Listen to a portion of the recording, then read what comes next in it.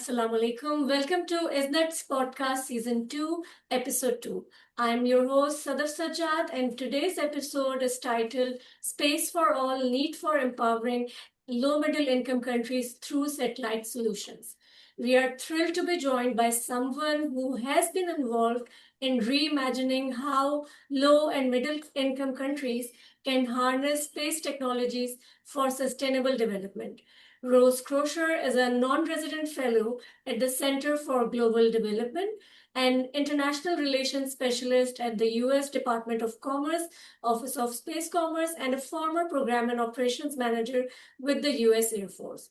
Her expertise spans the space operations, disaster management, peacekeeping, and development cooperation. Rose, welcome to the podcast. I am so glad to be here. I really appreciate the invite, and I'm really looking forward to this conversation. It's our pleasure. So let's start with the big picture. A lot of people still see space as a high-tech luxury, something reserved for, the wealthy nations only.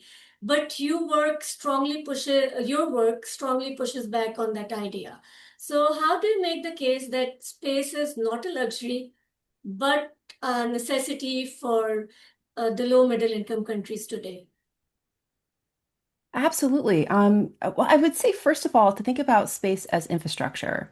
So, just as roads are just as relevant for high-income countries as they are for low and middle-income countries, space is today's new roads, new main way of communicating, understanding the world around you.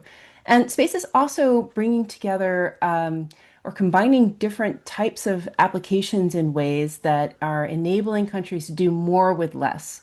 So while it may seem like a new thing, it's really an opportunity to build on existing technology and infrastructure and then expand it to reach or to localize it to a particular area and set of needs. Okay, you're right. So, and building on that, what led the Center for Global Development, your organization, to create this handbook for space capability development? It's a very Well, interesting it's book. it's really a combination. I'm sorry, go ahead. No, no, please And continue. so it's really a combination of factors. In my own personal experience, I was in the Air Force for 20 years, although I started out as a history and French double major.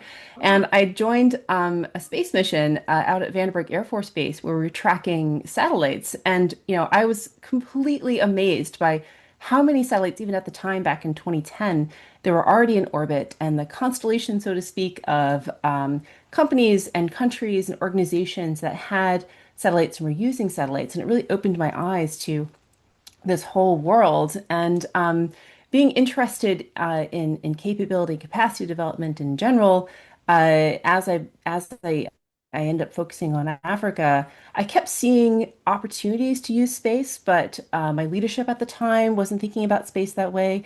And my partners at the time were not thinking about space at all. So I really felt like, wow, there's a lot of opportunity here. And why are we sticking to really traditional technologies when we have these applications that are becoming much more affordable and prolific and sort of normalized? So this really came to light for me when it came to the maritime security problem. I was really focus on the Gulf of Guinea and the problem we have with illicit trafficking and theft of fish, essentially, and having this vast body of water that's very difficult to patrol using just traditional like radar or maybe patrol boats because they're very expensive to run and it's hard to orchestrate everything just right to get the right person at the right place at the right time to stop illegal activity. But using space applications, using satellites, you can kind of monitor this huge, vast space almost all at the same time. And then when there is a problem, you know exactly where to go to intercede, So it saves a lot of time and money and effort. And I was really excited about that possibility. And so from that starting point, I started thinking about, well, what does it take to build some kind of space capability so that you even understand that opportunity and then have a path to take advantage of it. And then I retired from the Air Force and Center for Global Development had an opening for a policy fellow, and I made a pitch to them that they really needed to think about space. And I think I was the first person to really bring that to the table for the Center for Global Development. But wow, they really picked up on it and were 100% supportive and really gave me access to some amazing economists and people with, incredible background from all corners because the Center for Global Development mission is really wide. And it was exactly that kind of collaboration with so many skill sets that helped me kind of focus into creating this handbook. And I'm very much, and the Center for Global Development is very much interested in pragmatic, practical information that helps move things in a very concrete way. So not blue sky work, as they say, but really like, hey, we really want to make this real. How do we make that happen? And so it was with that collaboration over a couple of years that the handbook was developed. And I must say, brilliant, brilliant initiative. And I'm sure a lot of countries or organizations must have taken it as a guidebook, and it must have helped a lot. And to our audience also, we actually, Rose and I met during our UNIAF workshop, and there you shared with me this handbook, and it was a brilliant, very precise, concise, step by step, if I must say. A handbook to tell the governments or even the private sector and to how to go about in the space sector. So thank you for taking this initiative. And Thank you so much. It was such a pleasure to talk with you at the workshop and so exciting to hear what you're working on. And it's exactly this kind of exchange and outreach that is so important to make space kind of normal. I mean, you can't help but make it exciting, but it doesn't need to be on a pedestal. It doesn't need to be something that is only for a limited set of people with unlimited funds and unrealistic expectations. This can be super pragmatic. So I really appreciate the opportunity to talk about it. it's our pleasure. Rose, while we were discussing this handbook, I would also like you to share if you can go to slide 8 of your presentation. Hmm. In theory, I will do that. Oh, there it goes.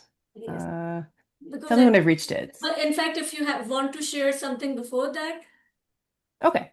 All right, I'll just give a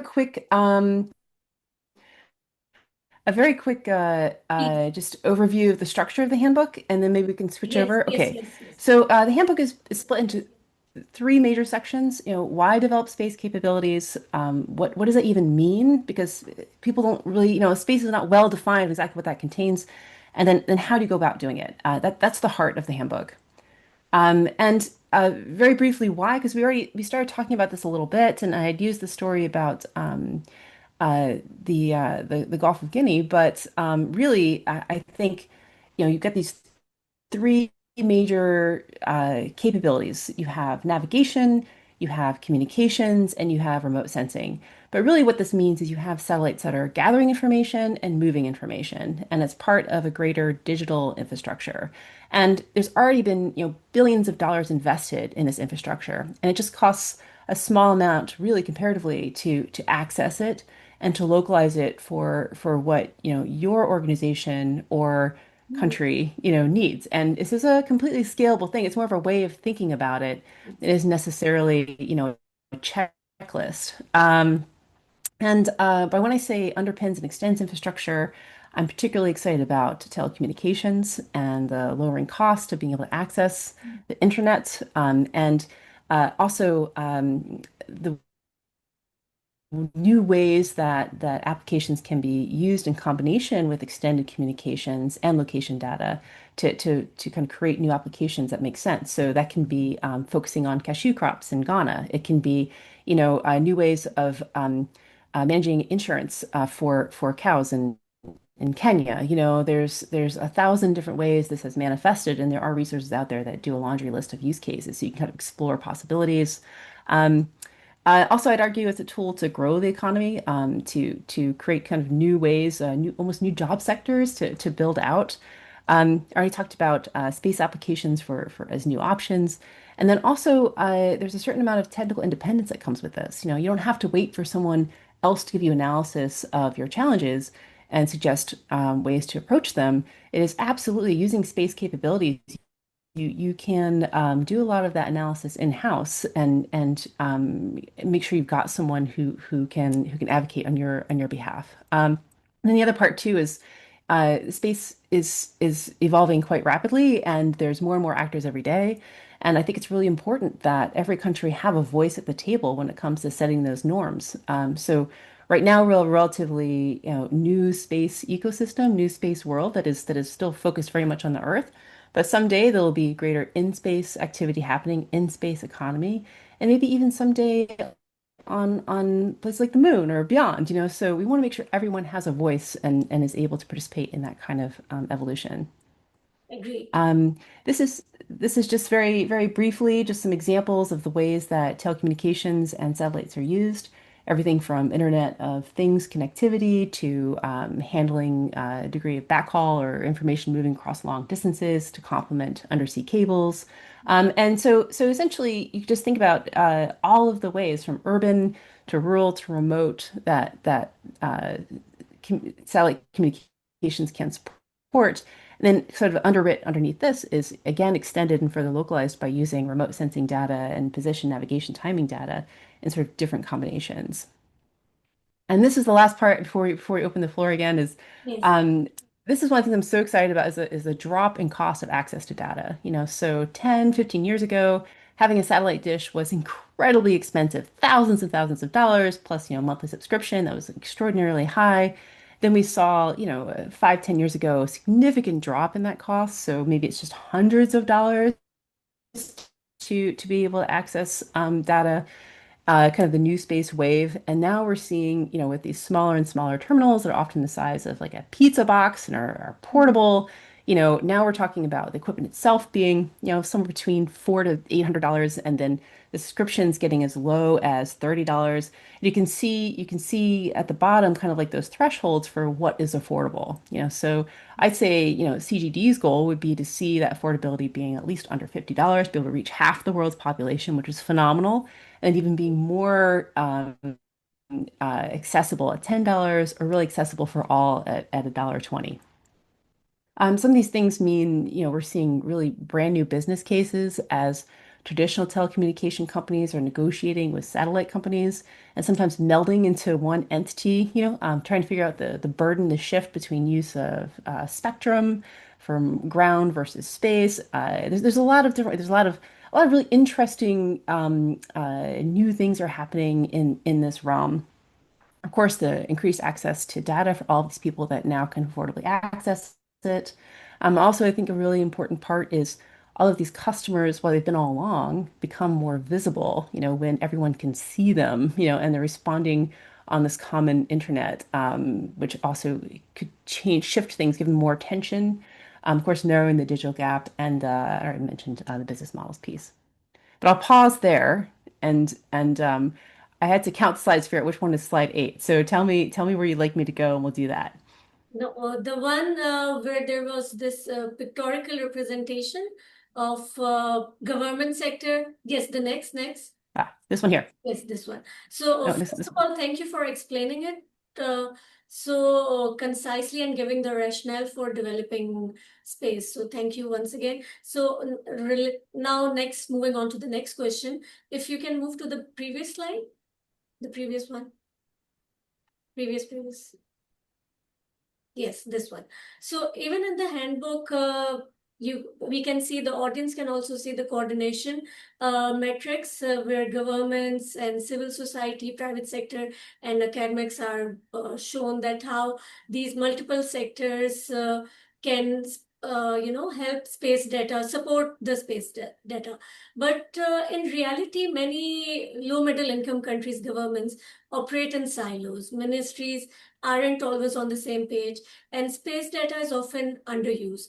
So, what governance reforms or political incentives do you think are essential to unlock the cross sector potential of the space? You make a fantastic point, and I think every country struggles with this to some degree. Even the United States, our Hmm. space management is scattered across like half a dozen agencies, and a challenge of unifying that is ongoing.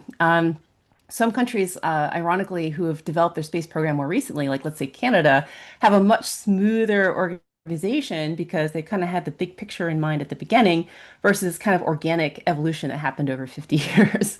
Um, Um, starting with a clean slate is actually somewhat advantageous in this time. I would say the role of government is really important in providing some coordination and direction. So a grand vision, a policy, and then making sure that there is some regulation and law to support that policy.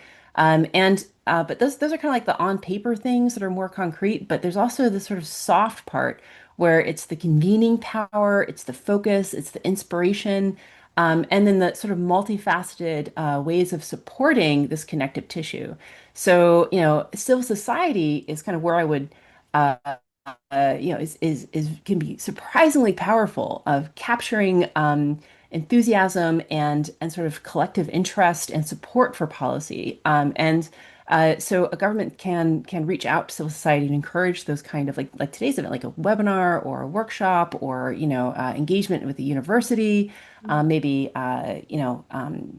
any like let's say a women's group or a collective group of any sort or a group of farmers, like reaching out to them. It's like, hey, here's what you could be using or doing. Let's give you some training and like make sure you're set up to move in this direction. And that can create like really good feedback that affects private sector and academia and in turn government. And at the very end, I've got a slide that sort of shows the sort of circular feedback that can happen. That I would say is the role of government to encourage and foster. I mean, in my day job with the Department of Commerce, we quite often get asked like, well, how do I develop a space economy? How do we do that? And there's no one thing. It's 1,000 things, all 1,000 small things that are happening to kind of keep things moving forward and to encourage growth because it doesn't work very well to have necessarily a directed downward plan like you will do this in every single year. It's got to be more of a good environment to make things move forward with some direction. Um, so some other areas, that the government would really, really work well on is, having some kind of center office, something. It can be a single person who's an advisor, or if a company, a person who's assigned the duty of thinking about how space applications make sense. So really, at any scale, someone who's just got the bigger picture and can help translate these things into words that make sense to non-space people. You're working on XYZ project. This is how this can apply, and here's how we can make that happen. Sort of a trusted internal advisor, all the way up to a space organization of some sort. It can just be an office with like 3 to 20 people, or it could be, a larger institution of some sort. And often institutions evolve that they're focused on one subset of space, so maybe remote sensing, or maybe you often find, space capability within, say, the communications directorate or ministry, where you've got someone managing spectrum. So someone who kind of understands where all these reservoirs of capabilities are and is able to bring them together at appropriate times, but not so big that it becomes burdensome, and they're not able to do anything because they're just too big of a bureaucracy, So it's a balance always, and I always encourage sort of slow growth to kind of navigate that. But some other roles in the advising piece with the consultation and localization is understanding space capabilities and also understanding existing older technologies that may be at the end a better solution, or maybe there's a mix of the two that would work well. So it's not that space is always the right answer. It's just, being judicious at taking advantage of opportunities. And also some overall management and, trying to like, okay, here's a policy we have. How do we kind of make sure we're constantly moving forward on it at a small, medium, or grand scale? And then that last piece is the representation and regulation, having a voice at the regional and global forums that are deciding things like what orbits are satellites going to use and what frequencies are they going to have, because these are limited resources. There's only so much space even in space, and so we need to make sure that we don't let satellites run into each other, that their emissions don't affect other satellites. So it creates an incredible need for the sort of orchestration of cooperation across these fairly technical fields, and those mechanisms exist, but it does take kind of a proactive participation. And it could be very hard, I recognize it could be very hard for a small country or to attend every single thing. So it's all about regional cooperation and making sure that your needs and interests are kind of being held in trust by a representative at some level. And so a space office, a space advisor, a space organization of any sort can help facilitate that, so you don't lose track of those events happening over time. Great, great. Thank you. And building on to this discussion, in the handbook, it argues that space agencies aren't necessary for meaningful space engagement. Are there examples where LMICs progress meaningfully in space applications without, establishing a dedicated space agency or institutional focal point? Or, does the absence of such agencies lead to fragmented efforts and policy incoherence? What's your view on that? I do. I think if there's a lack, some kind of center of gravity, some entity at any size, then you really just you don't take advantage of those existing capabilities, and you don't grow the internal capabilities that are full of potential on a local level. And again, like you could there's a lot of there's no one way. Many Yes. it's been fascinating. I interviewed like 87 people, and I talked to dozens of representatives from various countries to see how they're organized and why they chose that path. And I'd say half the time it wasn't like a deliberate decision. It just kind of fell into a pattern. There's momentum and civil societies. This happened with Ecuador, actually. So momentum, and they ended up having like a very strong civil society driven sort of space agency that is complementary and in parallel with the government, more formal version, but they both exist. And so how do you take advantage of existing momentum? I say don't fight the system, like use what is coming forward, we see some space agencies are like in the United States, we have NASA, which is very civil, and you have the Air Force or Space Force, which is very military, and so they're very separate. But a country like Kenya, they have a melded one where they have military officers who are part of the leadership, but it's got maybe primarily civil mission, and it makes sense because their space applications have many civil, social, and defense capabilities. So I completely understand why a country may opt to kind of form their space agency in that way. Um, there's also some that have opted to cooperate with the private sector and essentially deputize a company or a set of companies to help them move forward on space requirements across the board. And that is just another approach, So there's no one way. And you can see on the right-hand side here various structures that we've seen. Some like at the top left corner, it's more of an advising role where they're talking to senior leadership. They might be brought into relevant conversations. You may have, you have this non-government entity that again would have more of a advising role and maybe be pulled into different projects as needed, but it's kind of a dotted line. It's not as a direct response. They have often a greater degree of independence. You could have as much as a full ministry or equivalent rank of, even if they're maybe not as big, that sit at the table of kind of senior leadership. You also have many that nest space capabilities under different ministries, be it under telecommunications, sometimes under education or science technology. I say with that, you have to remember that your space agency or space organization or office or advisor will end up molding themselves to fit that ministry because that is what their boss understands, and that's how they're kind of graded. How have you done in supporting telecommunications today? So that will become, their top priority, no Mm. matter what's actually written in their Exactly. manifesto. So it is important to think about where you're putting this organization because it will affect how they evolve. But again, it's better to go slow growth, make sure they're really busy, and appropriate for that size. And then if you need more capacity, build it out from there. Yes, agreed. We need to be flexible considering the situation of that particular country, the resources, most importantly. So, rightly said. In the handbook, also, one thing I like to discuss is that it was discussed how various national and regional strategies connect development goals with space solutions. Examples were given of Bolivia, APRSF, EBSCO. But from my perspective, intergovernmental platforms like ISNET, which supports collaboration and capacity building across the OIC, did not get mentioned. How important are organizations like ISNET in filling the gaps left by national programs? And what do you think? How can they be, better recognized or even integrated into this global space development narrative?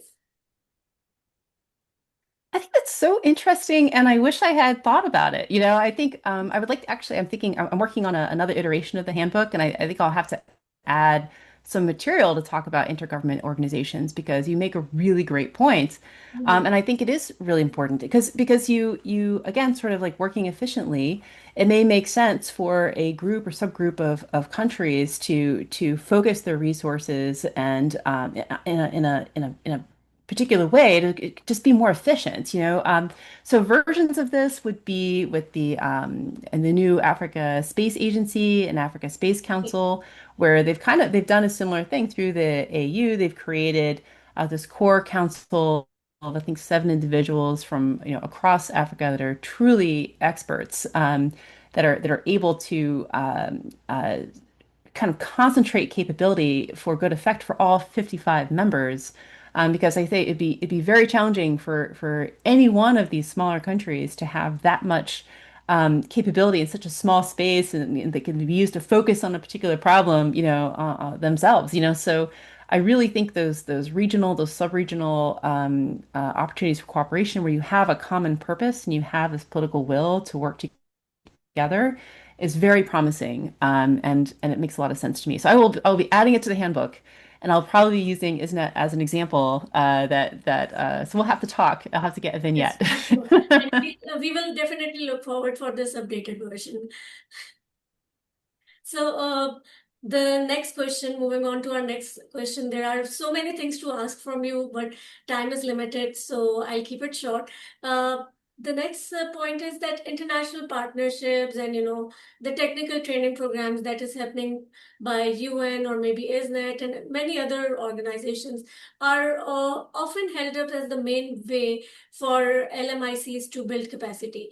But is the current model of capacity building, mostly workshops and these short-term training courses, really enough to help such countries develop sovereign space capability, or are we, at a risk of reinforcing dependency rather than building resilience? I absolutely understand that concern, and I think that is a risk if it's done outside of having a bigger plan, you know. So for example, this is kind of a positive feedback loop that I have illustrated here, and let's say we'll start with going from activities like space activities to end users, and you're trying to grow end users and grow users. So your objective is that gray arrow saying growth, and then the extra that you're getting from outside support is maybe additional training. You're being exposed to concepts. You have sort of outside influence that can accelerate the growth of those end users. And as long as you're doing that with the objective of, hey, we're trying to grow demand here. We're trying to make sure it doesn't drift. So is this training going someplace that it's got an institution hold on to it, like a university or a center or a particular office? It's part of their mandate to do that thing. Otherwise, it only lasts as long as those particular people who are trained do it and then drift off, and that's a very common problem. So making sure you're anchoring it somewhere is really helpful. That's part of a greater government plan, that management aspect I was talking about. But ideally, those kind of events grow your users, grow demand for it, kind of helps focus the market, like, oh, we really do want this thing. And then they can pull from local civil society. They can pull from the private sector. They can encourage growth in academia. They're like, oh, we need to do more research on this. There's demand for a course. More people want to know how to use geospatial information systems. Sales are like, oh, people are really really interested in understanding the status of their crops, or what the state of the roads are. How can we make sure that we make this very accessible? It can just be a radio broadcast or a text, and it doesn't have to be big fancy screens. It can be just the information, please, relayed further or more remote locations than ever has before. That's the space application. And then civil society continued participation. You create this loop, and then ideally with this growth, you have more taxes, you have available to the government to use, you have more capability in general, more options that can be used to further good governance. And then maybe this is another opportunity for, institutional assistance to come in, so maybe a development bank is trying to help grow out, telecommunications infrastructure and their space applications with that. Well, this translates into funding and more activity, and maybe another spin of advising or project assistance, which creates more activity, which creates more growth. And so you can see, it kind of goes through. So as long as it's not done in isolation, it can be a very positive thing. If it's not attached to anything, then yeah, it will kind of create dependence, or just sort of dissolve without a lasting effect. And this really comes from not just thinking about space, but really any project has these kind of principles associated with it. So it's not unique to space. It's just kind of how humans work. Very well explained. Thank you. So before we wrap up, if Rose, you could leave one message with our policymakers, young professionals, and low middle income countries who are listening to you right now about the future of space in their countries, what would it be?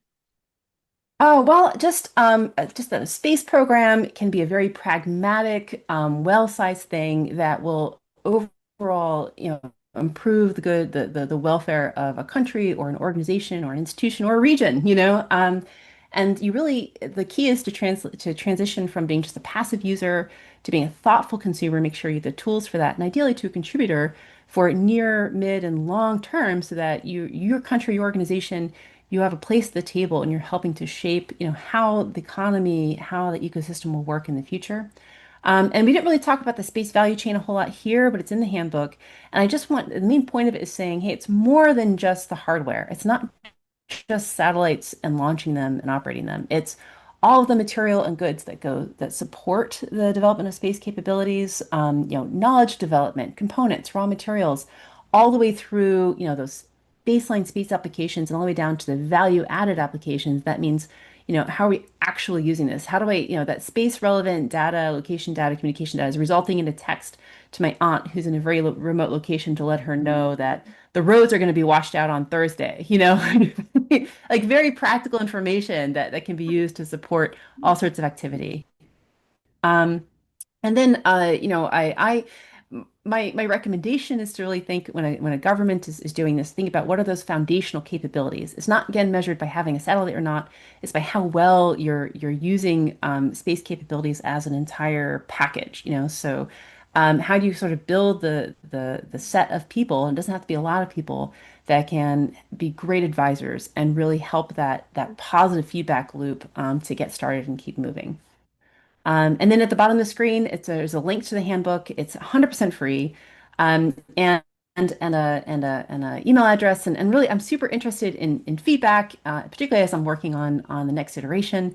I really appreciate the stories and insights, and also where I've fallen short. Like, hey Rose, I really don't think you got this part right. I really want to know that because I'm not in your shoes, so I really want to understand better, and I really appreciate this conversation all around. It's been just absolutely fantastic.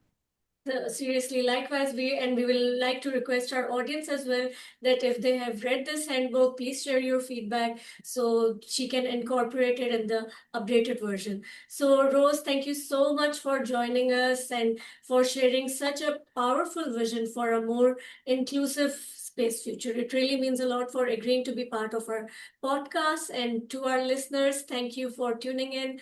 Be sure to subscribe to ISNET's YouTube channel and share this very informative episode with your curious colleagues, peers who are interested in space. Until next time, take care. Allah Hafiz.